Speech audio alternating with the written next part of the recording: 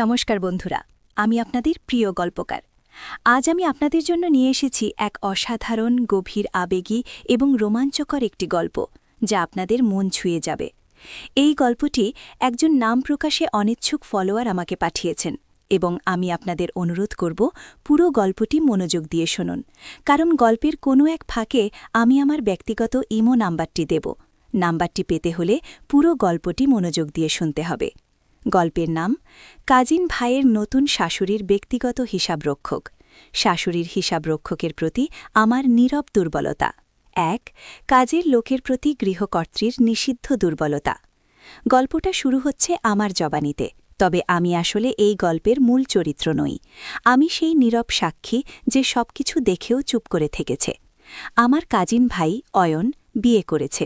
তার স্ত্রী রূপা আমার থেকে বয়সে অনেকটাই ছোট, কিন্তু তার মধ্যে এক অদ্ভুত আকর্ষণ আছে, আর সেই আকর্ষণই আজ আমাকে এই গল্প বলতে বাধ্য করছে। রূপার বাবা মা তাদের একমাত্র মেয়েকে অনেক আদরে মানুষ করেছেন। অয়নের সাথে তার বিয়েটা অবশ্য অয়নের মায়ের পছন্দে। রূপার বাবা অনিশ রায় শহরের একজন প্রতিষ্ঠিত ব্যবসায়ী। তিনি তার মেয়েকে নিজের কাছেই রেখেছিলেন এবং তাকে সব রকম সুবিধা সুযোগ দিয়েছিলেন। অয়নের মা সুনীতি দেবী অনিশ রায়ের খুব ঘনিষ্ঠ বন্ধু ছিলেন, তাই তাদের দুই পরিবারের মধ্যে আগে থেকেই ভালো সম্পর্ক ছিল। অয়ন যখন প্রথমবার রূপাকে দেখে তখন থেকেই সে রূপার প্রেমে পড়ে যায়। রূপাও অয়নকে পছন্দ করে, কিন্তু তাদের সম্পর্কটা যেন ঠিক স্বাভাবিক ছিল না। ঘটনার সূত্রপাত আসলে অনিশ রায়ের বাড়িতে। রূপা সেখানে প্রায়ই যেত নিজের বাবা মাকে দেখতে। রূপার বাবা অনিশ রায় শহরের একজন ব্যস্ত মানুষ, তার সময় কম, তাই বাড়ির সব হিসেব নিকেশ দেখার জন্য তিনি একজন ব্যক্তিগত হিসাবরক্ষক রাখেন। সেই হিসাবরক্ষকের নাম ছিল দীপঙ্কর। দীপঙ্কর ছেলেটা দেখতে খুব সাদামাটা, কিন্তু তার মধ্যে এক বিশেষ ধরনের শান্ত এবং গভীর আকর্ষণ ছিল। সে নিজের কাজ খুব সুন্দরভাবে করত এবং তার সততা নিয়েও কারো কোনো প্রশ্ন ছিল না। রূপা যখন বাবার বাড়িতে যেত তখন প্রায়ই দীপঙ্করের সাথে তার দেখা হতো। প্রথম প্রথম তেমন কিছু ছিল না, কিন্তু ধীরে ধীরে রূপা লক্ষ্য করতে শুরু করে দীপঙ্করের প্রতি নিজের এক অন্যরকম টান। দীপঙ্করও যে রূপাকে লক্ষ্য করছে তা তার চাহনিতেই স্পষ্ট হতো। সেই চাহনি ছিল গভীর, যেখানে এক অব্যক্ত আকাঙ্ক্ষা লুকিয়ে থাকত। রূপা একজন গৃহবধূ, তার জীবনটা ছিল এক ধরনের একঘেয়েমি। অয়নের সাথে তার বিয়েটা ভালো হলেও তাদের মধ্যে গভীর বোঝাপড়াটা ছিল কম। অয়ন ভালোবাসত ঠিকই, কিন্তু তার ব্যস্ততা রূপাকে প্রায়ই একা করে দিত। এই একাকিত্বই হয়তো রূপাকে দীপঙ্করের প্রতি আকৃষ্ট করে তুলেছিল। দীপঙ্কর ছিল শান্ত, গম্ভীর এবং কথা কম বলত, কিন্তু যখন সে কথা বলত তখন তার গলার স্বর, তার প্রতিটি শব্দে এক ধরনের মায়া থাকত। রূপা প্রায়ই দেখত দীপঙ্কর যখন তার বাবার ফাইলপত্র দেখছে বা হিসেব করছে তখন সে মাঝে মাঝে অন্যমনস্ক হয়ে যেত। তার দৃষ্টি চলে যেত রূপার দিকে, বিশেষ করে যখন রূপা তার সামনে দিয়ে যেত। সেই দৃষ্টিতে এমন কিছু থাকত যা রূপাকে চমকে দিত এবং একই সাথে তার মধ্যে এক অদ্ভুত শিহরণ জাগাত। রূপা চেষ্টা করত সেই দৃষ্টি এড়িয়ে চলতে, কিন্তু সে পারত না। তার নিজের অজান্তেই সে দীপঙ্করের দিকে তাকাত। একদিন রূপা তার বাবার বাড়িতে গেল। অনিশ রায় তখন বাড়িতে ছিলেন না। রূপার কেবলই মনে হচ্ছিল আজ দীপঙ্করকে খুব একা লাগছে। দীপঙ্কর নিজের ঘরে বসে কিছু কাগজপত্র দেখছিল। রূপা তার জন্য চা নিয়ে গেল।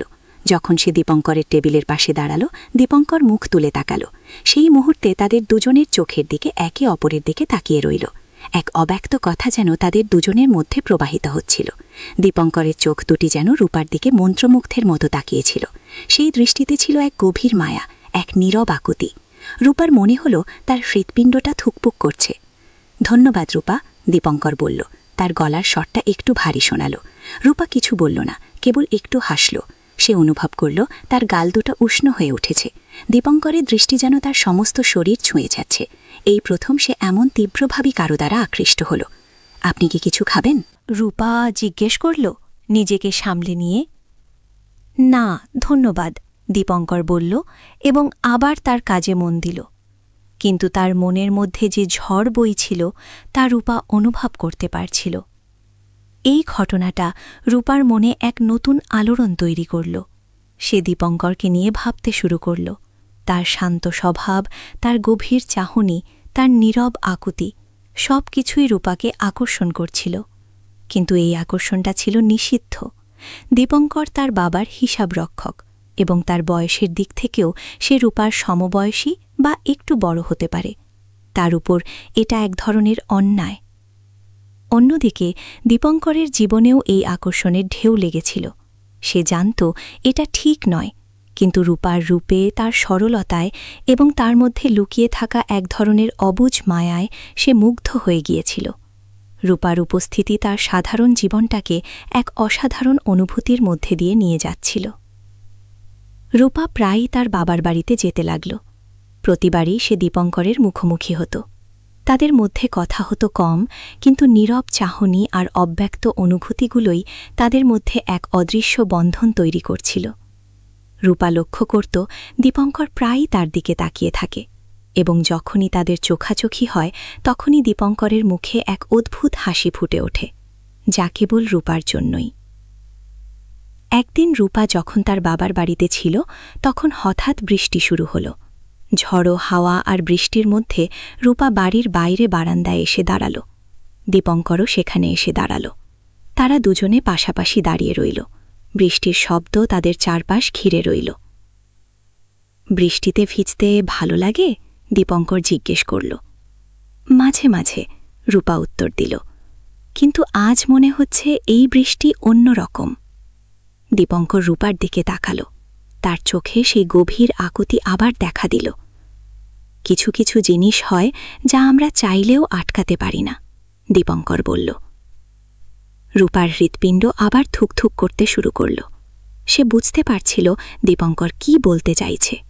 এই বৃষ্টির মতোই তাদের দুজনের মধ্যে এই আকর্ষণটাও যেন আটকাতে পারছে না। আমি জানি না, রূপা বলল। তার গলার স্বরটা কাঁপছিল।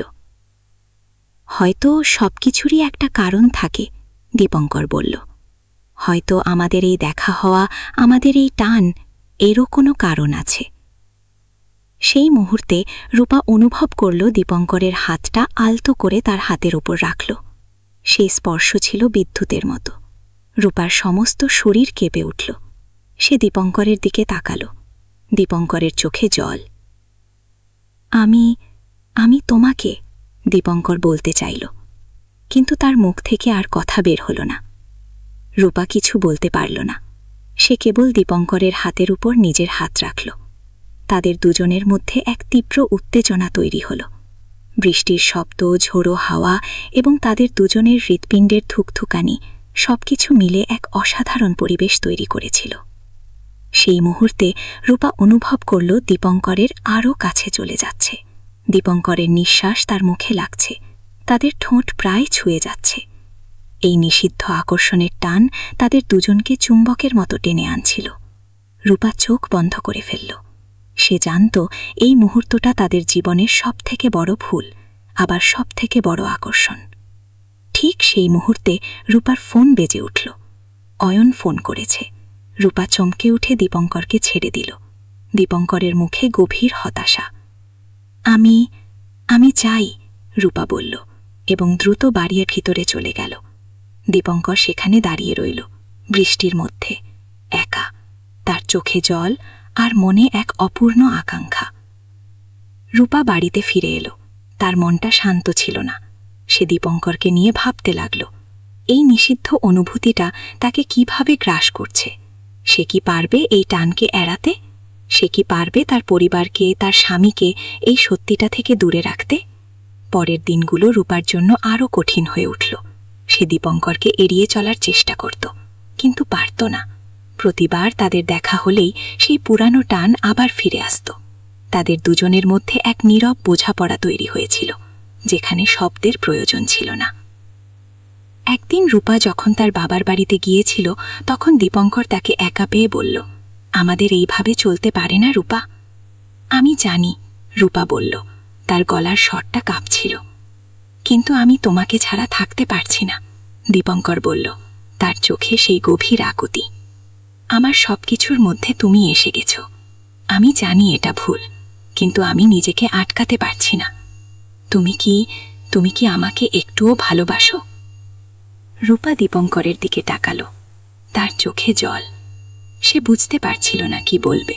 সে কি দীপঙ্করকে ভালোবাসে, নাকি এটা কেবলই এক তীব্র আকর্ষণ? কিন্তু যে অনুভূতিই হোক না কেন তা ছিল অপ্রতিরোধ্য। আমি আমি জানি না, রূপা ফিসফিস করে বলল। তাহলে তাহলে আমাকে একটা সুযোগ দাও, দীপঙ্কর বলল, তার হাতে রূপার হাত ধরে। শুধু একটু সময় দাও, হয়তো তুমি আমাকে ভালোবাসতে শিখবে। রূপা কি করবে? সে কি এই নিষিদ্ধ সম্পর্কে জড়িয়ে পড়বে? সে কি তার পরিবারকে বিপদের মুখে ঠেলে দেবে? এই টানাপোড়েনের মধ্যে রূপা নিজেকে আর ধরে রাখতে পারল না। সে দীপঙ্করের চোখের দিকে তাকাল এবং তার মধ্যে খুঁজে পেল এক গভীর ভালোবাসা, এক নীরব আশ্রয়। ঠিক আছে, রূপা বলল, তার গলার স্বরটা প্রায় শোনা যাচ্ছিল না, কিন্তু কিন্তু খুব সাবধানে। দীপঙ্করের মুখে এক অদ্ভুত হাসি ফুটে উঠল। সে রূপাকে আরও কাছে টেনে নিল। তাদের দুজনের মধ্যে এক নতুন অধ্যায় শুরু হল, এক গোপন, নিষিদ্ধ এবং রোমাঞ্চকর অধ্যায়। এর পরের দিনগুলো ছিল রূপার জন্য যেন এক স্বপ্নের মতো। দীপঙ্করের সাথে তার দেখা হতো লুকিয়ে, অন্ধকারে। তাদের দুজনের মধ্যে শুরু হল এক গভীর প্রেম। তাদের প্রতিটি স্পর্শ, প্রতিটি ফিসফিসানি, প্রতিটি গোপন মুহূর্ত তাদের জীবনের সবথেকে বড় আনন্দ হয়ে উঠল। কিন্তু এই আনন্দের সাথে সাথে তাদের মনে থাকত এক তীব্র ভয়। যদি ধরা পড়ে যায়, যদি তাদের এই গোপন প্রেম ফাঁস হয়ে যায়। একদিন রূপা আর দীপঙ্কর তাদের বাবার বাড়িতে এক গোপন জায়গায় দেখা করছিল। তারা একে অপরের সান্নিধ্যে মশগুল ছিল। দীপঙ্কর রূপাকে জড়িয়ে ধরেছিল এবং রূপা তার কাঁধে মাথা রেখে চোখ বন্ধ করেছিল।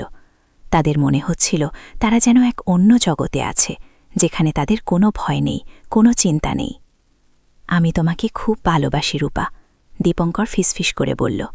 আমিও, রূপা বলল, তার গলার স্বরটা কেঁপে উঠল। সেই মুহূর্তে তারা শুনতে পেল দরজার বাইরে কারো পায়ের শব্দ। তারা চমকে একে অপরের দিকে তাকাল। কে হতে পারে? রূপার বাবা নাকি অন্য কেউ? তারা দ্রুত নিজেদের সামলে নিল, কিন্তু ততক্ষণে দরজার কাছে একজন ছায়ামূর্তি দাঁড়িয়ে গেছে। সেই ছায়ামূর্তি ধীরে ধীরে এগিয়ে এলো এবং রূপা আর দীপঙ্কর বুঝতে পারল কে সেখানে দাঁড়িয়ে আছে। সেই মুহূর্তে তাদের সমস্ত গোপন, সমস্ত আনন্দ সব যেন শেষ হয়ে গেল। তাদের পায়ের তলার মাটি সরে গেল। কি হবে এখন? তাদের এই গোপন প্রেম কি এখানেই শেষ হয়ে যাবে? বন্ধুরা, আজকের গল্প এখানেই শেষ, কিন্তু আপনাদের কি মনে হয় কে ছিল সেই ছায়ামূর্তি? রূপা আর দীপঙ্করের কি হবে? তাদের এই নিষিদ্ধ প্রেম কি সত্যি শেষ হয়ে যাবে নাকি নতুন কোনো মোড় নেবে? এসব প্রশ্নের উত্তর জানতে হলে আমাকে কমেন্ট করে জানান। আর হ্যাঁ, আমাদের চ্যানেলটি সাবস্ক্রাইব করতে ভুলবেন না, কারণ পরবর্তী পর্বে আমি নিয়ে আসব এই গল্পের আরও অনেক চমকপ্রদ ঘটনা। এবং যারা আমার ব্যক্তিগত ইমো নাম্বার পেতে চান তারা কমেন্ট করে জানান, আমি শীঘ্রই আপনাদের সাথে যোগাযোগ করব।